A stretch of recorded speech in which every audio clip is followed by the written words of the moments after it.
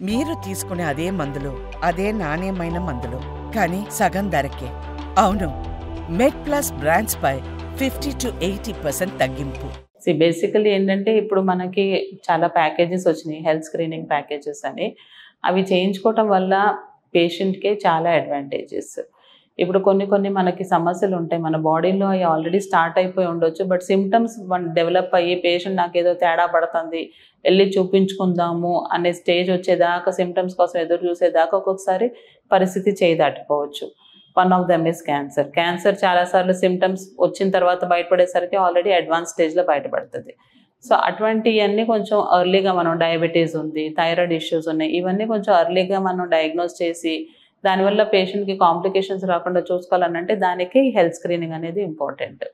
So దీంట్లో different packages ఉంటాయి. Like basic master health checkup package ఉంటుంది, ఎగ్జిక్యూటివ్ చెకప్స్ ఉంటాయి, ఫీమేల్‌కి సెపరేట్‌గా చేసే చెకప్స్ ఉంటాయి. సో ఇవన్నీ and what we advise is ఒక ఏజ్ వచ్చిన తర్వాత, యూజువల్లీ 35-40 ఇయర్స్ దాటిన తర్వాత కంపల్సరీ సంవత్సరానికి ఒకసారైనా ఇవి చేసుకుంటూ ఉంటే ఏమైనా ఇనీషియల్‌లో ఉన్నాయి, ఏదైనా చిన్న ప్రాబ్లమ్స్ డెవలప్ అవుతున్నా అవన్నీ దాంట్లో బయటపడొచ్చు. ఆల్రెడీ ప్రాబ్లమ్ ఉన్నవాళ్ళు, ఇప్పుడు షుగర్ పేషెంట్స్ ఉంటారు, బీపీ పేషెంట్స్ ఉంటారు, వాళ్ళు కూడా రెగ్యులర్‌గా స్క్రీనింగ్ చేయించుకుంటుంటే ఎవరికైనా దానివల్ల హార్ట్ ఎఫెక్ట్ అవుతుందా, కిడ్నీస్ ఎఫెక్ట్ అవుతుందా, మనం స్టార్టింగ్‌లోనే దాన్ని కనిపెట్టి దానికి తగ్గట్టుగా ట్రీట్మెంట్ మోడిఫై చేసి కాంప్లికేషన్ పెరగకుండా patient quality of life suffer అవ్వకుండా చేసుకోవచ్చు. దానికి సింపుల్ ఎగ్జాంపుల్ చెప్తాను. వన్ ఆఫ్ ద పేషెంట్స్ వాళ్ళు ఇట్లానే పెద్దాయన మాస్ హెల్త్ చెకప్ చేయించుకున్నారు. అడిగారు చేయించుకుంటామంటే, చేయించుకోండి మంచిదే అని. సో అన్ని చెకప్ చేస్తే దాంట్లో ఆయన హీమోగ్లోబిన్ తక్కువ వచ్చింది, 8.4% వచ్చింది. సో యూజువల్లీ మగవాళ్ళకి we expect it to be around 13-14%.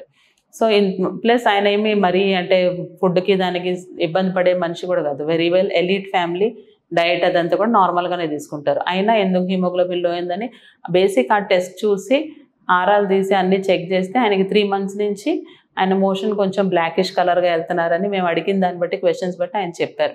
So ఆ ఒక్క రిపోర్ట్‌ని పట్టుకొని ఆయనకి అన్ని మిగతా రెట్రోస్పెక్టివ్లీ మేము అన్ని టెస్టులు చేస్తే ఆయనకి పెద్ద పేగులో క్యాన్సర్ ఉందని బయటపడింది. సో జస్ట్ హీమోగ్లోబిన్ డ్రాప్ అయిందని ఒక సింపుల్ రిపోర్ట్‌తో ఆయనకి ఎర్లీ స్టేజ్‌లోనే లార్జ్ ఇంటెస్టైన్ క్యాన్సర్ కనిపెట్టగలిగాము. ఎమ్మటే ఆయనకి సర్జరీ చేసాం. ఇప్పుడు సర్జరీ అయిపోయి కూడా ఆయన 5-6 ఏళ్ళు అవుతుంది and is absolutely fine. Recurrence కానీ అది స్ప్రెడ్ అయినట్టు కానీ ఏం లేదు. సో లోకలైజ్డ్‌గానే స్టేజ్ 1లో ఉన్నప్పుడే కనిపెట్టగలిగాం.